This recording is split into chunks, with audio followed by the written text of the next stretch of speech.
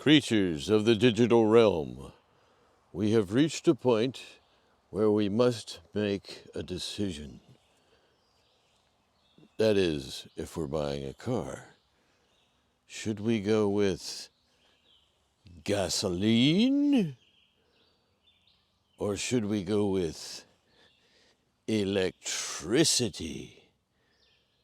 Electricity?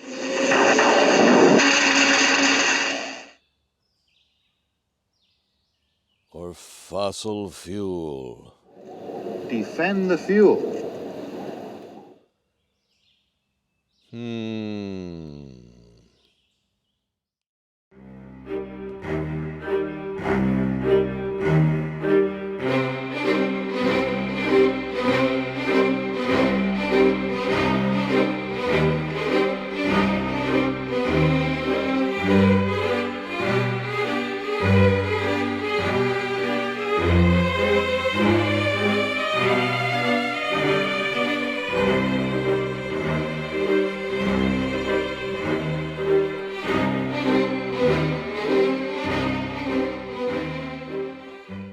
So it has come to this, a battle royale between older technology and newer technology. Or not really. This isn't really a comparo, a shootout, if you will, because I kind of don't like those expressions. Well, I hate those expressions, actually. And you may be asking yourself, is one of these vehicles a game changer? No, we're just going to have a look at two very, very interesting but very closely related vehicles that actually use very different approaches to things. On your left, we have the beautiful 2022 BMW X4 3.0i xDrive, which is a four-wheel drive, what BMW likes to call a sport activity vehicle. And on our right, we have a 2023 Genesis GV60, which is a full electric, all-wheel drive. I wouldn't really call it as much as a sports activity vehicle as much as a luxury activity vehicle. But they're both about the same size. They both have a very similar roofline in terms of, they're kind of like big coupey things, but they're also designed to be active in that they don't have they're more of a wagon type of vehicle. And what's really interesting about the two of them is one of them uses pistons and fires and things on the left, and on the right we have a full electric. It just has a great big battery pack and electric motors. And they're both kind of aimed, I would say, very much at the same customer, although the BMW is a little more sport oriented, whereas the Genesis is more luxury oriented. The BMW is powered by an internal combustion engine, 2 liters in size. It's their twin power turbo, which in contrast to a twin turbo, it has one turbocharger, but it's their dual vane system that smooths out the response to the turbocharger, which is a very interesting and unique thing. And on the right here, our Genesis has a front motor and a rear motor. Both are power oriented in terms of, this is a performance model. There is also a rear wheel drive model you can get that has less power, but this has got a 160 kilowatt front motor and a 160 kilowatt rear motor. And you can also drive it just in rear motor mode to save battery if you want to, which is the big thing about our friend the electric vehicle, is that how much range do you have and how long does it take to charge? But you'll never have to go to a gas pump with this thing, which is great. So we'll take a look at both of these things.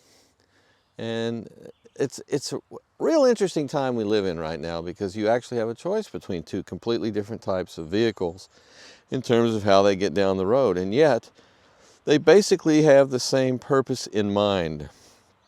And you can pick out which one you like, whether you like a traditional type of power plant or something a little more modern. But first, let us look at our friend, the BMW X4, and have a look under the hood to see what's powering this absolutely beautiful car. You might notice the grille has a bunch of little Ferdinand or Bevo or whatever particular bull you're a fan of in the grille. You gotta look real close, but you can see. That's what I see anyway, but my eyesight's not that good.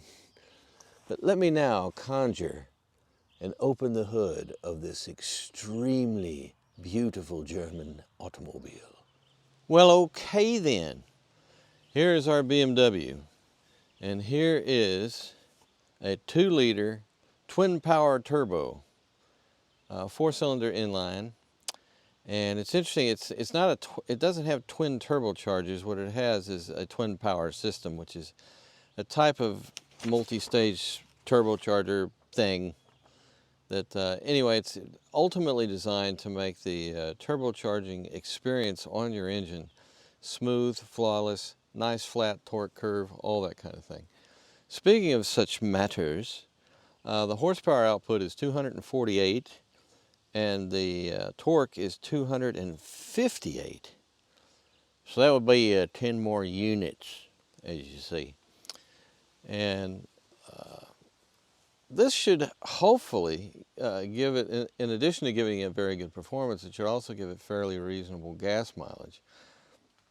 Because after all, we're going to be kind of sort of comparing it to an electric vehicle, but not really. Come on. Apples and oranges, babies. But as usual with BMWs, it's such a pleasure to look under the hood because they clean everything up so nicely. Underneath that engine cover and other things are more wiring than the Space Shuttle used to have, but sure doesn't look like this from this standpoint. It's very easy to get to everything. I have no idea, I have not yet checked, may not check, as to whether or not you can check the oil, because on a lot of BMWs I know they no longer have that available to the owner other than electronically, which it tells you in the dash how the oil's doing as far as its supply and how long it's been in the engine and when it's time for an oil change and all that good stuff. But that's our engine basically. It's also connected to an all-wheel drive system through an 8-speed, what do they call their transmissions these days? Hang on here, I'm having a look at the 8-speed sport automatic transmission. So they don't call it the Wunderbar 9000 or anything like that, which they should. It needs more. And I got in a big argument with a PR guy at the motorcycle side of BMW years ago because they had a new cruiser they bought out. And as usual fashion, BMW used an alphanumeric way of naming it. And I said, call it the Edelweiss. It's a nice, beautiful cruiser. No, he thought that was a bad idea. What the hell does he know anyway? But anyway, it'll be great to get this this beautiful 4-cylinder inline turbocharged engine out on the road, and I'm willing to bet in advance that it's going to seem like it's a much larger engine because BMW's real good at that when it comes to their turbocharging. And now, on to the Genesis. Before we explore under the hood of this Genesis GV60, one thing that you always notice more and more about electric cars these days is they like to flaunt the fact that they don't have a conventional front end. They still have radiators, believe me. They have all kinds of cooling exchangers because they need it for everything, for the battery, for the motor itself, for the air conditioning, just like anything else. But they don't require quite the surface area that most gas engines do.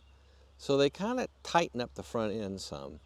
So it looks like a big old just thing, pointy thing without a real grill on it. Although this seems to be looking sort of like Wallace and Gromit. This looks a little like Wallace, which I heard the actor that used to play the voice of Wallace passed recently, and it's very sad. But anyway, you'll see this more and more where there is not that much surface area devoted to radiator and cooling on the front of the car, which is good from the standpoint of making it slide through the air smoother, like anything that's aerodynamic. Now, are we ready to look under? Let's do it. Oh, before we move on, I should point out that Genesis is very proud of the fact that their design here of the front hood is interesting in that it also incorporates part of the front fenders, which is, it's new for them. This kind of design's been around quite a bit, i.e. Mini and others have done it like this, but it's an interesting choice on this type of car. It's not something you see very often. And as you can see here, there's our electric motor. Well, actually, no, that's not our electric motor at all. It says open, so what have we here? A storage area, very shallow storage area, but things can be stored in the storage area. Whether or not you could actually get the charging cable in there or not, I'm not real sure. I think it may be a little too shallow for that.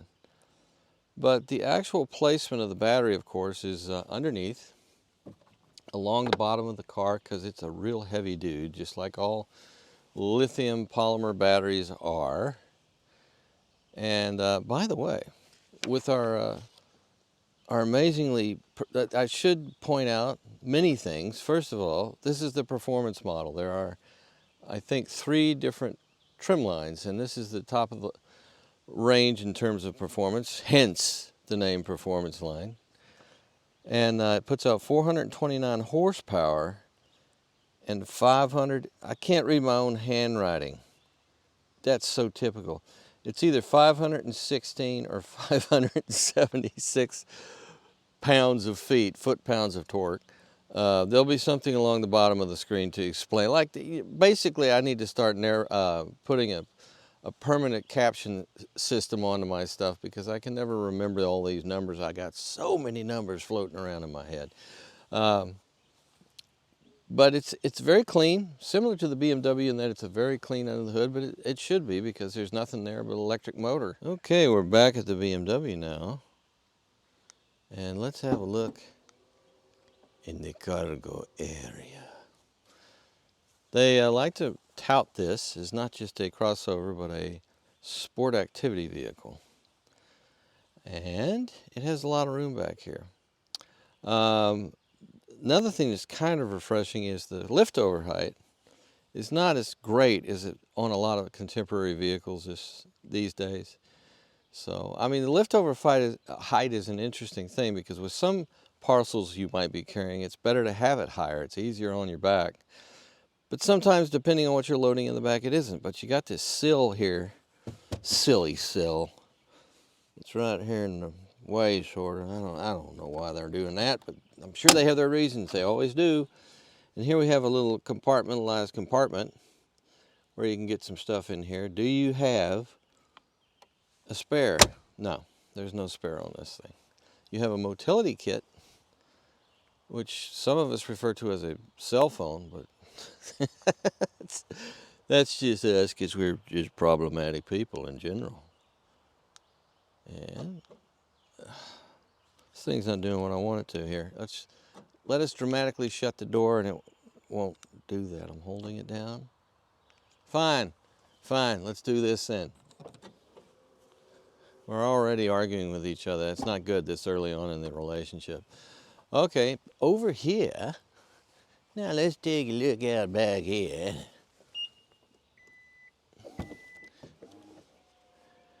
The second I'm away from that BMW, it locks the doors too. It just doesn't like me. Maybe we'll get along better later. We'll see. The room here is not as great as the BMW, but you still have a pretty generous amount of cargo space here, which is great. And we lift this up here. There's someone has hastily put back the charger. There's your tire mobility kit and some other goodies. Beat to hell Monroney. Oh, would you like to see a Monroney? Let's see if I got one here. Look at here. Wow, I do have one. And let's see what we can glean from this. There we go. So we're looking at a total sticker down here of $69,560. And it is very, very well equipped in this performance package. As a matter of fact, added features are only an extra cost paint, which is Hanama Mint. And it it's supposed to denote a ecological theme, which is good because it's an electric car and that's what they should ultimately be doing. But then you get in the whole argument about should they be aimed towards, we have all this performance we can put in them, should we really do that, or should we go for long charging time, shorter charging times and longer range? But they've pretty much decided to split the difference as best they can, so we'll give them that. And in order to be fair, I have to go over to the BMW, but you know it hates me. But I want to show you the Monroney on it. Maybe I can do it very quietly and it won't notice my presence. Here we are. Here is our Monroney for the BMW X4 xDrive 3.0i. And a little bit less expensive than the Genesis at $58,740. Also very nicely equipped. And what's really going to be fascinating about this little comparison with these two vehicles is they do everything differently as far as the treatment on the interiors are very different. But they're both shooting for the same thing when it comes to the stuff in the cars. They're loading it down with tech, everything they can come up with, because both companies are, it's all part of the luxury class these days, is to put as much electronic gabuda on there that they possibly can. And this car over here has even facial recognition, which I was going to be, they were very nice. The fleet company was going to put me in the system, as it were, so that I could do facial recognition with the car, and I refused because I hate facial recognition. So that's me. Come on, just, you know, if you want to write a letter, don't. It won't go anywhere. But I'm sure the facial recognition is just wonderful for people that want it, but it's designed primarily so you could drive the car if you don't have your key. And that could be useful, no question about it. Let's say you go out scuba diving, as one does, and you have to leave the vehicle somewhere and you don't want to take your key with you because, look at it. Can you believe how much this car hates me? I swear, I'm going to have to go in there and go through 66 menus and find out how to stop it from locking itself every time I walk 6 feet away from it.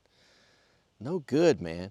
But anyway, it's designed so that you can get in the car as long as you have your face with you. Now, if you leave your face at home, I don't think that's going to help much.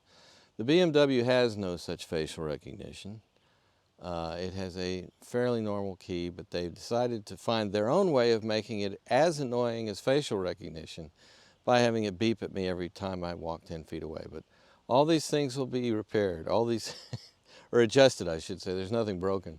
And all these things will be forgotten as we take it out on the road, both of these cars, and experience their performance greatness. Won't that be fun? Aren't you looking forward to it? I know I am.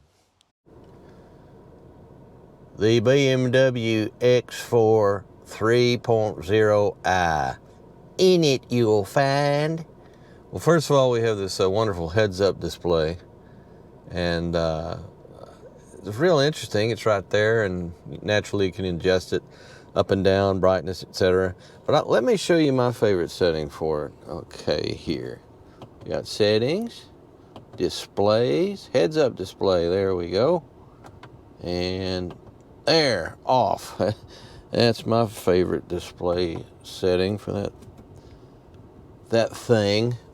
Okay, and back to what is a completely virtual display, but it does have elements that are very BMW-ish. If you know the breed, it sort of looks familiar, but I'm not a big fan of this, and I'll tell you why. It's because, and it's BMW's own fault, it's because they've always made such absolutely fantastic analog mechanical instruments. My favorite gauge cluster in the world has always been BMW. They do such a beautiful job because it's so legible, so clear, and just reeks of quality the way they've done it. It's fantastic. It's good. Well, this one is a little different. This virtual, if you look to your left, you will see right over here, that's your speedometer, and it clocks anti-clockwise like that way. On the other hand, on the right side, we have tachometer, and it goes, what the hell does it do? Oh, wait a minute. Did I get that wrong? Oh, dear. Well, the other side is clockwise. This one is anti-clockwise. So that's where the needle goes. And I find those opposing things just, there's nothing wrong with it. It's perfectly legible. It does the job, but it just doesn't have the classic automotive thing that BMWs used to have that I absolutely thought was fantastic. But what are you going to do? That's where we're all going. We're all going virtual. Whether you want to be virtual or you want to be real, that's too bad. That's just too damn bad. So we come over here, and here's your right-hand captain's console. BMW is still very fond of using xDrive, which is this controller right here that you use to navigate. See, look there, up and down, left and right, and you know. I've never liked it. I still don't like it. I don't like it on other cars. I like trackpads even less. And there was something on this car. Was it this car? Talked about a trackpad. This car doesn't have a trackpad. I have to actually double check the Monroney because I think we have a little bit different equipment package than what they sent me. And this is stuck. There we go. There's your cup holders and things there. Now the shifter, very interesting. It looks like a completely conventional shifter, but if you're not familiar with BMW, it's actually completely electronic. So to put it in gear, you push with your thumb and go like so, and now we're in drive. Now let's go into reverse for a minute. There we are. And you have absolutely stunningly good rear camera. You have what is not actually a camera, but which is a virtual image that shows you where all the parking sensors are deployed and telling you if there's anything you're about to smash into, which is great stuff. We'll go back into, we'll go back into park now, which is this button right here. So see, it's a combination of buttons and slides. And to go into a manual, when you're using your transmission, you put her down in the drive and then kick it over like that. And you can use a stick to go up and down. Very, very normal. And, or your paddle shifters. These, in contrast to what the GV60 has, which is, of course, increasing or decreasing your regenerative braking. Paddles, this is where you get confused. You got to ask yourself when you're in the car, okay, what do these paddles do? It used to just be almost 100% what you had was, that's something that always amuses me about a lot of cars, BMWs being one of them. You put it in reverse, the rear camera comes on, and then you drive forward for a while, and the rear camera is still on. I'm sure some engineer could explain that to me, but it's never made much sense. Anyway, let's go over here. Here, where you thumb right here, you have your cruise control operation center. This, according to the Monroney on this, it says it has dynamic cruise control. I beg to differ. It does not. It does not have a following distance adjustment, and it'll just run into the rear of the car in front of you, or close enough. I'm sure there's systems on board that would stop it from doing that, but it doesn't adjust the speed from the vehicle in front of me, and that's just an option package that it may or may not have. It's possible that it's operator error on my part, but the fact of the matter is, having driven this car a fair amount on the highway using cruise control, it doesn't seem to be of the adaptive nature. And one other thing about it is it does have a setting that I've disabled, but it still seems to go back and do it, is the car is aware of what the speed limit is because of whatever cues it gets, whether it's from the navigation system or the sorry Subaru, sorry. But the onboard forward camera and everything else may be telling it what the speed limit is, and a lot of times the cruise control will put your cruise control right there, whether you're telling it to do that or not. And again, that is I could make all kinds of German jokes that would get me into trouble, about that, but the car actually takes over, and it's really, really annoying. And I spoke to someone else who has driven this car, and the same thing, it drove them crazy because they took them a while to figure out. And I have disabled it, and yet it still seems to be doing it. So this car, by the way, is equipped with, hang on 1 minute here. It's your M Sport package, which you probably saw from all the M designations, but it has the dynamic handling package, which in addition to giving you more adjustability as far as the suspension goes, I think is firmer the way it's set up than the regular suspension. And this thing is not the smoothest riding car in the world, to be honest with you. When you hit big bumps or trail type little rocks and stuff like that, you can really feel them. I mean, it's got a very firm ride, and this is all because BMWs in general are designed to handle safely and securely when you're going at very fast speeds. And this car can definitely do that and will definitely be safe at very high speeds and very stable. The handling is good, but the car does feel top heavy to me for a BMW especially, and also in contrast to the GV60. The GV60 feels planted really nicely, no doubt because I got that huge billion-pound battery pack on the lower part of the chassis, but this car feels top heavy. It doesn't feel normal for a BMW, and I don't remember, possibly the X7, I haven't driven one in a little while, also had a certain top heaviness. So what else we got in this beautiful interior? We got you. Oh yes, the panorama. Oh, you can't beat a panorama. And excellent upholstery in terms of the adjustability to your particular physiology.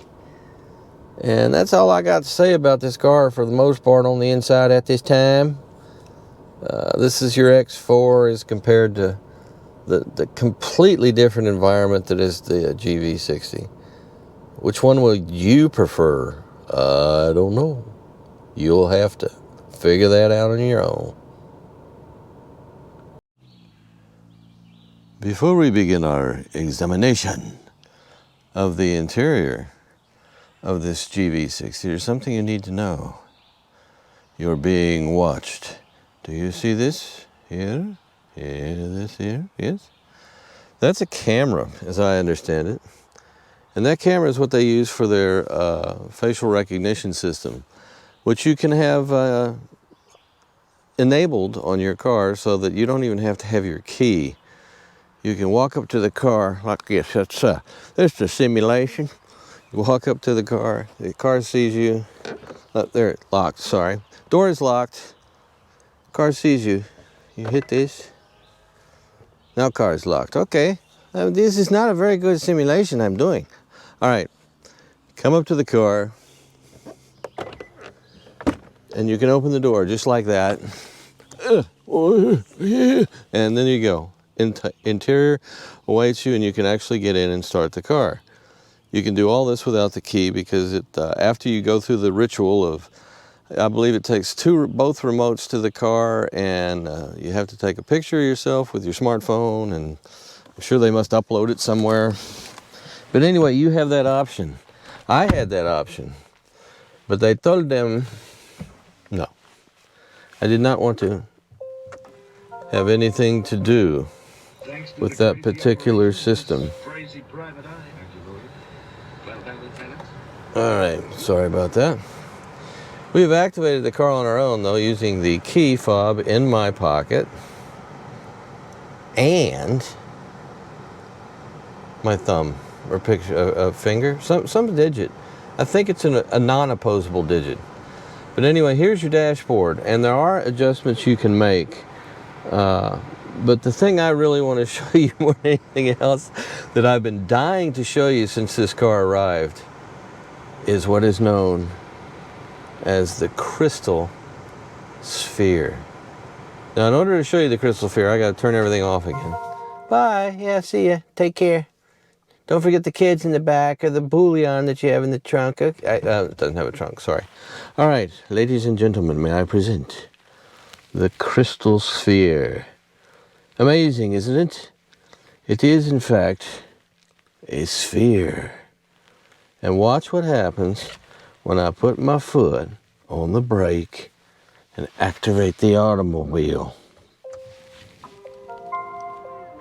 Oh, wow! and there is your shifting knob, which has reverse, neutral, and drive settings right there. You want to see that again? I know I do. Let's watch that again. Woo. Sphere. The crystal sphere. It's found right here. Here we go. Ready? Ready? Here we go. Oh, God. It's worth buying the car just for that, isn't it? Now, I have no idea how that's going to work after you have about, 70,000 miles on the car, and you've had your dogs and your cats and your dirt that you inevitably have if you go anywhere where there's any dirt, and it gets in this area here, around there, but I don't really care. You know why? Because I love this. Okay, anyway, back to the automobile itself. If we go back to our instrument cluster, you can see this is the what I would call the main, what would I call that? The standard? I think that is the standard display. And you can adjust this, of course, by going through your setup here. And vehicle, let's go to vehicle, shall we? I'm doing this on the central screen, by the way. Sorry, I hate to do that. Oh, by the way, it has a heads-up display. Here, I'll enable it. It says, can you read that? Can you see it? Yeah, well, there we go. I'll go all the way up here. Look here. There we go. Hey, I don't know if you can see that or not, but you know how I feel about heads-up display. This is my favorite feature of the heads-up display right here. Turning it off. Okay. Let's see. Let's go back to where we were. Cluster. There we are. There's our cluster. Activating cluster. And the cluster theme selection is theme A. Let's look at other themes, shall we? All right. Theme A. Now we'll go to theme B. Yep. And how about theme C? How about that? Cool. And you can also link these to the drive mode, which I am now doing. So it's linked to the drive mode that you have the car in to determine whatever it is you want to do on the day, I suppose. Now the actual drive mode switch is right there where the thumb is. So let's have a look, shall we? We have comfort. Oops, sorry. Now that's one of the things I don't like about our sphere. There's sport. I put it on sport. And then there's, well, I guess you don't use that. All right. You're learning right along with me, ladies and gentlemen, and boys and girls. Okay, here we go. Comfort, sport, and echo. So you have three modes. And I'll go with echo, which I'm sure will help to conserve battery life. And I'm sure this thing will never be wanting for power or performance. It's one of the things I don't understand about a lot of manufacturers, Tesla, where they are so obsessed with telling you how fast it is. And yeah, electric cars are really neat that way. They can put out a hell of a lot of torque and power. But that's not really what I think most people buy them for. I think they buy them for the right reasons, which is a more ecologically sound way to get around. But right now, if we look here, you can see that the battery is at 100%. And the driving, our trip so far, 0 miles. We will rectify that shortly. But going back into our control situation, everything is pretty standard. You have your nice dedicated operation system for your climate control right here, which is great. I always like to see that. And there's up and down buttons there for your temperature to set the cabin at whatever temperature you want. And they have zones, you know, driver's side, passenger side, that sort of thing.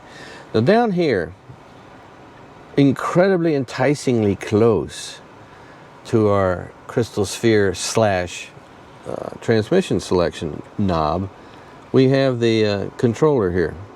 Now you use the main screen navigation through this controller. And here's a problem I have, and I've had with several different Genesis products that I have tested over the last few years. I find these two to be very, very similar.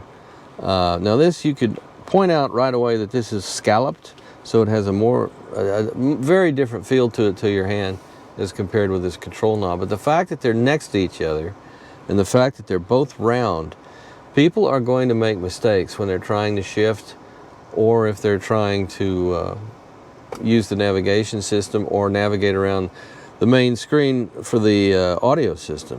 They just will. They're too similar, in my opinion, to be completely comfortable. That's just an observation. This is much, I have to say, the GV60 is much better than a lot of the other Genesis I've driven recently in this regard. And to so many people, this will not be an issue in the slightest. But I'm familiar with how people make mistakes as far as driving, because I make them all. I'm a perfect subject, because if it can be done wrong, I can figure out a way to do it wrong. So I kind of wish, think about it this, if you have a more conventional shifter, and one of the things that was great back in the day when we had on the column right up here, we had your cheek, right? Your 3 on the tree, your 4 on the floor. Well, 4 on the floor was on the floor, sorry. You had your 3 on the tree with your manual transmission, and then you went up to your automatic, park, drive, low. We knew where all that was. Same thing down here if you have a conventional shifter down here, similar to the one that you'll see on the BMW X4, except they're all electronic now, so they don't even respond the way they used to. But that's just something that I think is worth mentioning. Maybe Genesis might want to think about a little bit. You need to have a way where these two items, if you're going to do a knob like this, it needs to be far away from this knob, just to be on the safe side. I'm sure there's probably nobody that's been hurt, but somebody's going to be very unhappy when they do the wrong thing, and then they're going to get a nasty email from them, or maybe they'll go on social media and rip you a new one there, and you don't want that. I mean, we really don't want that. So anyway, in just a minute, we'll go for a drive, and I can't wait. This thing is going to be really fast. While I'm here, there's your boost button. If you do that, you will instantly increase power. As we drive along, oh, you pretty GV60, pretty GV60, we love you. Did you know that Chitty Chitty Bang Bang, the book that the film is based on, was written by Ian Fleming? And Ian Fleming, of course, wrote all the James Bond books. Interesting. Go back and watch that movie again and see if you can see some of the sinister nature of some of the characters in Chitty Chitty Bang Bang. Rescued by a true Bond of a man, Mr. Dick Van Dyke, who, unlike most Bonds, is an excellent dancer. Quietly. You don't seem to understand. You see, I enjoy my dancing. Okay, so we are now in eco mode, and again, like I say, once you get over, I always say 50, but once you get over about 40 miles an hour, an electric vehicle feels very much exactly like a gas-powered vehicle. The main noise you hear these days is wind noise from cars. Although there are some that under acceleration, they make a lot more noise. But let's have a little bit of fun here. We are going to get on this major thoroughfare, and we shall see what kind of acceleration we have, even in eco mode. Woo! Very quick. Let's hit boost. Whoa! Isn't that fun? Oh dear, I'm going over the speed limit. That was fun. I enjoyed that. I enjoyed a bit of a boost. We all could use a bit of a boost from time to time. But overall, the car feels fairly planted. I like the way the steering is weighted. It's very nice. They're getting real good at that. And obviously, like just about, well, I'd say the overwhelming majority of passenger cars these days, the power steering boost is electric. And it should have surprised absolutely no one that the electric power steering boosting on an electric car is electric, which is cool. I like that. Now, if I understand it correctly, this car does have a single, well, the brakes feel completely normal. You don't feel like you're having all this regen. And I don't know if you can see in the screen there, but it also has a blind spot warning to the right, which is primarily a camera that's in the in this outer part of the car. I don't know if it's actually on the mirror. I guess it is. Must be that. Yeah, it's got to be that mirror. But that illuminates when you have the blinker on in that direction. You'll get to see it again in just a moment. To help you check your blind spot for some idiot trying to pass you because, oh man, I'm going to pass this electric vehicle. You know, my 84 Mustang is extremely fast. But you don't want that. You don't want them doing that without your knowledge, so you can react accordingly. So they give you that little camera view. I don't know how I feel about that. The first time I ever saw it was on a Honda, and it has also been on Hyundai, and of course Hyundai is the parent company to Genesis, much like Toyota is the parent company to Lexus, much like Nissan is the parent company to Infiniti. See? There it is. I don't know if you can see that there, but there's a screen there. I'm looking at it. Nope, don't see anything. Looks good. Looks clean and fair and wonderful. This is a little more dicey, but yeah, I think we're okay. I still like the days when you could see out of cars. The rear view directly out back of this vehicle is not exactly great. The backup camera system is fantastic, but as far as being able to see behind you, you can't really do that. And it doesn't have the two camera system that a lot of cars, especially some Toyotas, have, whereas you can hit a button on the rear view mirror and it will eliminate all the back of the car. That's what it looks like, even if you have the car loaded with people and dogs and cats and precious jewels piled to the sky and that kind of thing. Instead, it uses an additional camera that's on the back of the car and gives you the same view you would get out the back of the car just in the mirror if there was no back of the car between you and the back of the car. You understand it? Well, this doesn't have that, by the way. But I really like that feature a lot, especially as if you're going to go to the trouble of eliminating so much of the background in terms, or not background, excuse me, if you're going to eliminate so much of the design that lets you see out the back as opposed to styling the car really seductively like this car is.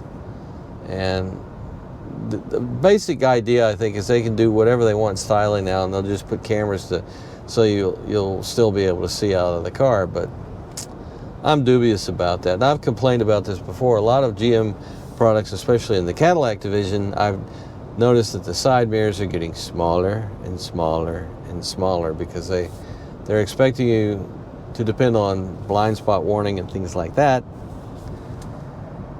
And boy, they repaved this recently too. God, this is nice. This is really, it's the kind of thing my motorcycle lives for. Okay, there's something I forgot to tell you. Right now, my regenerative braking system is on automatic, and you can adjust this to do different things, I have discovered. And as usual, you normally associate these paddle units on the side of the steering wheel with manual transmission ratios. But in this case, boy, its regen is very strong right now. And it has a little graphic that'll adjust the amount of regeneration. Now it's very low. Now if I want to pick it up, yeah, it's interesting. It doesn't want to do it the way I would have thought. Okay, what we do here is, this is plus and minus. So this is plus. Okay, there we go. It's a little confusing initially. Unless you actually look at the controls like you should, in which case you can tell exactly what it's trying to do. But anyway, here we have level 2 regenerative braking. So when I let off the gas, that feels like about a 2, but that helps you brake the car. This doesn't seem to be quite as smooth as some of these are in terms of, now we're down to level 1, and now we're down to level 0, which is great, because now you can't feel the regenerative braking at all. As I'm coasting now, and it just feels like the car is coasting. But if I hit the plus,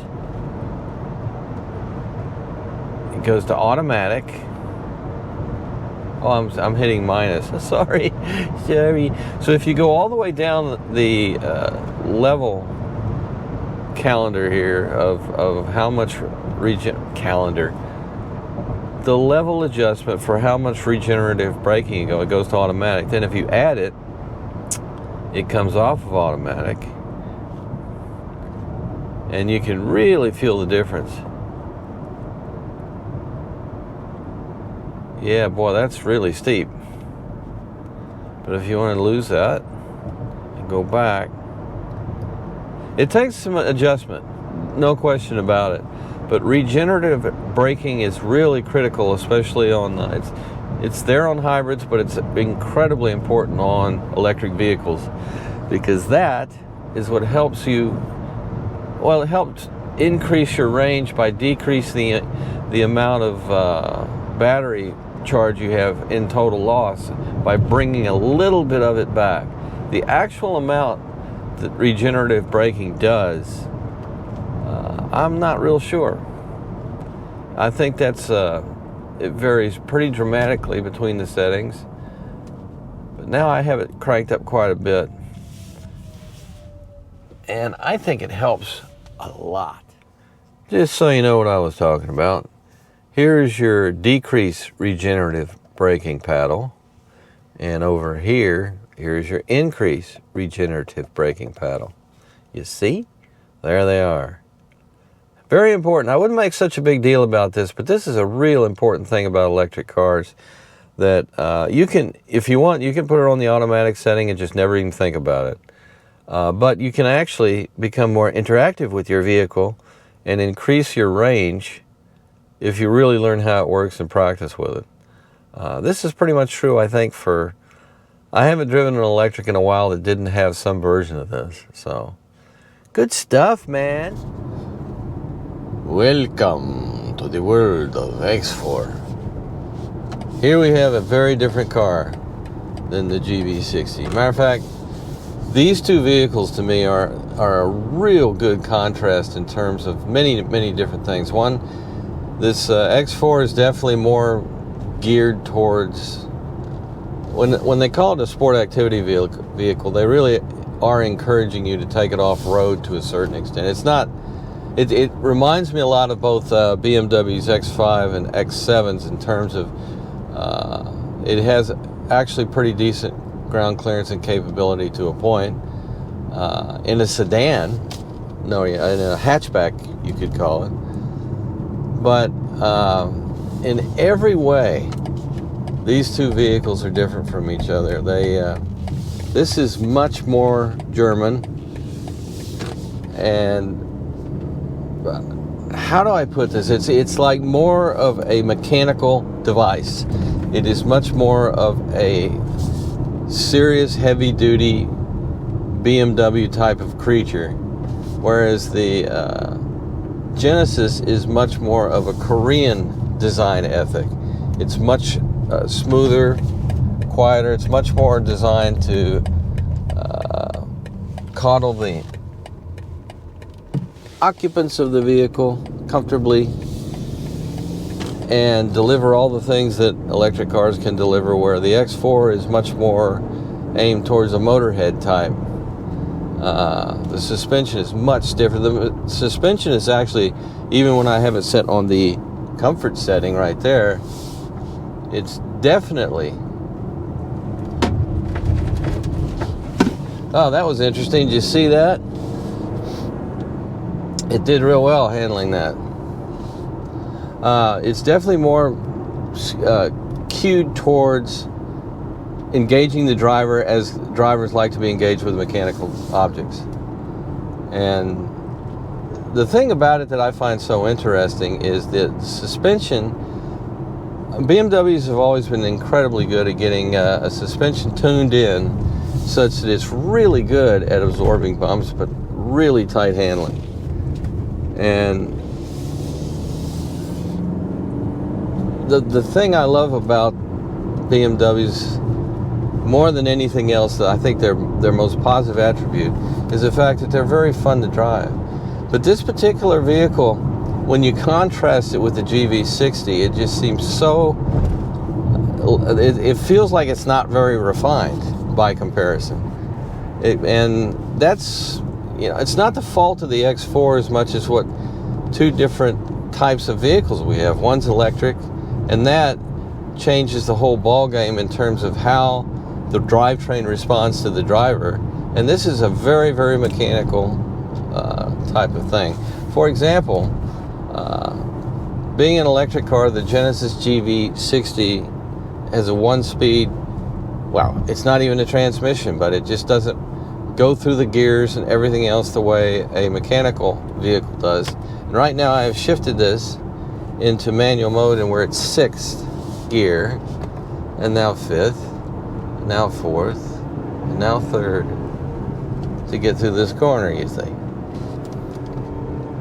Now I can come back up high, so I have my paddle shifters for that, and the paddles on the GV are, of course, for regenerative braking. A whole different animal.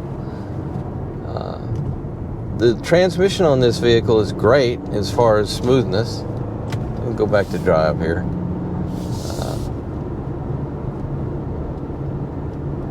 But it's such an interesting thing, because from the way that the interior is appointed and laid out is so different, these two vehicles. And they both have, like, you could say they have different purposes, but I kind of wonder about that, because how many people are really going to take an X4 off-road? Maybe some, but you could also take, if you wanted to, the GV60 off-road to a limited extent. It does have a little bit of ground clearance, not as much as this, but it certainly has some capabilities. It has all-wheel drive, totally different kind of system. It feels top-heavy sometimes. You'll never get that with the GV, because it has all that huge battery mass located at the bottom of the car. And as good as BMW is at weight distribution, this is a taller vehicle on purpose. It's taller so it can negotiate over trail obstacles, should you show desire. Well, I tell you, sometimes things just have to be shown because they're cool. And how in the world do you get into the trunk / liftgate area / cargo area if you can't seem to find where's the handle? Where's the handle? How about this right here, huh? Ooh, look at that. Isn't that great? Now, I honestly don't know who came up with that first, whether it was Volkswagen, because Volkswagens do that too, or BMW, but I love that. But one thing BMW does not do, or do they? Let's have a look here. No. What was I looking for? Well, I was looking for the rear camera. On Volkswagens, they put the rear camera under there too, so when you activate the rear camera, when you put it in reverse or whatever, it does this neat thing where it pops up, and the point of all that is to keep the rear camera clean. Whereas on this one, rear camera's right there, you see. It gets dirty. So Volkswagen gets a one-up on BMW for that, because that's one of my favorite features on Volkswagen hatchbacks, is keeping the rear camera clean. One other amazing thing about the Genesis, look at this headlight array, huh?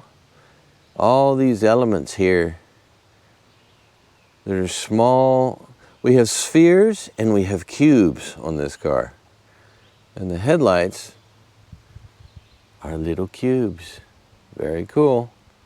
I haven't done my nighttime tests, but I will. And I'm willing to bet these are probably very, very good headlights, in keeping with the rest of the car. They did a lot of work on this car. They are justly proud of their accomplishment. You might be too, in your ownership, should you decide to purchase.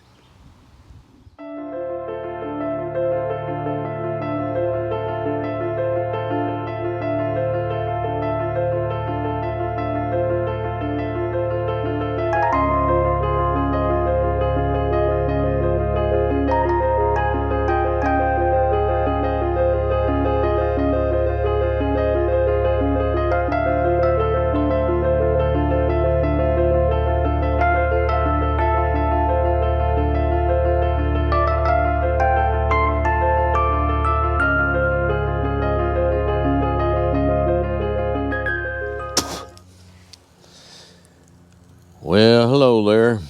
This is Boots. Is it you? Right from the dim glow of the shrouded campfire. Now, I'm thinking about, while I'm here preparing my weenie, that there's some of you that may think that I've been a bit unfair comparing this beautiful silver slipper of an electric vehicle to that very, very BMW-ish tank of a vehicle. And that sounds unfair, because one is super smooth and the other's kind of rough around the edges, even though it is a very expensive luxury vehicle. Well, let me tell you something. It wasn't all that fair, but it wasn't meant to be fair, because this is not a comparison.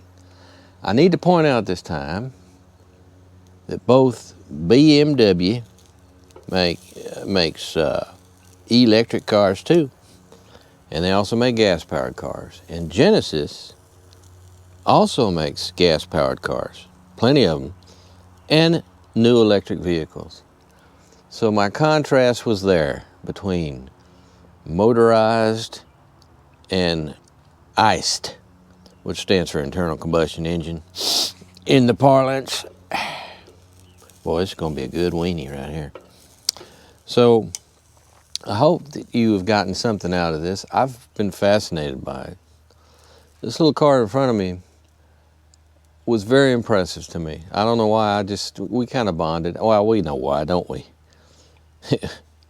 It was the crystal sphere. It was always about the crystal sphere.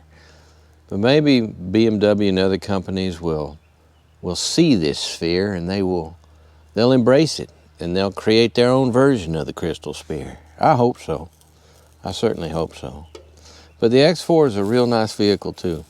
It really is built like a tank. And it does have that higher ground clearance, which makes it feel top heavy to me for a BMW.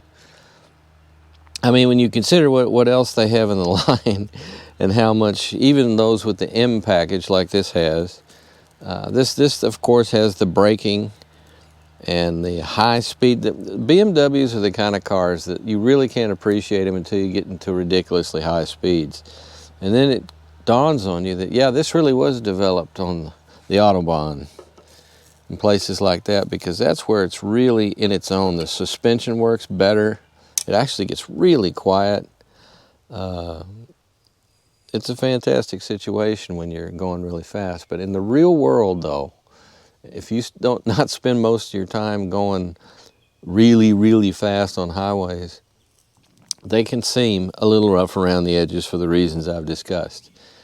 Now, on the other hand, the GV60 seems pretty happy everywhere to me. And it has that wonderful quality that electrics have, where they just seem so quiet, smooth, polished. And they have that power delivery that an internal combustion engine can only aspire to, basically. But the big drawback is why we're sitting out here tonight, charging. Yeah, I got that weeny little 110 over there plugged in right here in the back of the car. And fortunately, I don't have that much further to go because the battery was still pretty strong. But if you were to deplete it down to, say, 30%, you're looking, and you plug it into that little 110 outlet, you're going to be looking at days before it's all the way up to charge.